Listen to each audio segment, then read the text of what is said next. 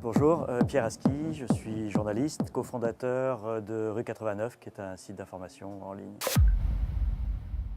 Et le modèle de demain, le modèle nouveau, il n'existe pas encore. Donc il faut aller à tâtons, il faut expérimenter.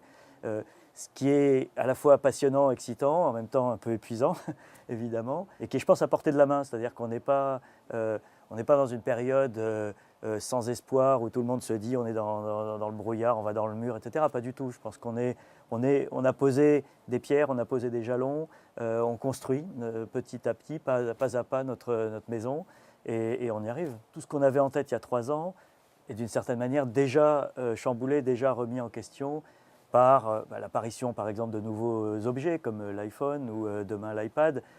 C'est-à-dire que la manière d'accéder à l'information se modifie. Par exemple, nous on a constaté une évolution qui n'était pas du tout dans notre tête il y a 3 ans quand on a démarré. C'est que la première source de trafic pour un site comme le nôtre, c'est ni Google, ni les gens qui viennent parce qu'ils connaissent notre titre, c'est la recommandation, c'est-à-dire les liens qui conduisent vers nous, que ce soit sur des blogs, d'autres sites, dans les mails que les gens s'envoient, ou, et c'est la nouveauté qui prend une place très importante, les réseaux sociaux, c'est-à-dire Facebook, Twitter et d'autres plateformes. Rue 89 est aujourd'hui la 2e source citée dans les liens sur Twitter en France, après Le Monde, ce qui ne correspond pas du tout à notre taille réelle dans l'écosystème de l'information, mais qui correspond au fait qu'on a réussi à s'inscrire dans ce flux et on est crédible aux yeux des gens qui participent à ce flux. Et ça, c'est très important pour nous parce que c'était exactement l'endroit où on voulait être.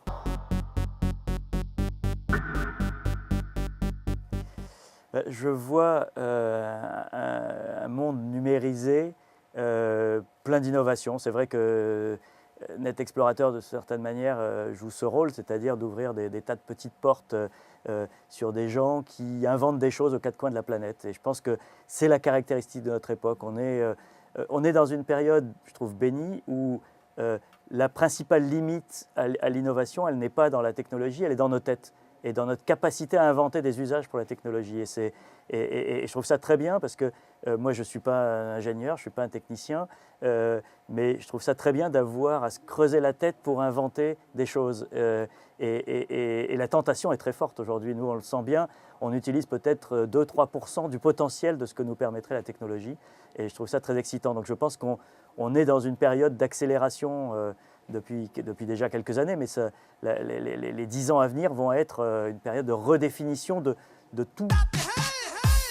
Et je pense que c'est une erreur profonde que de se dire que c'est le marketing qui va dicter nos choix.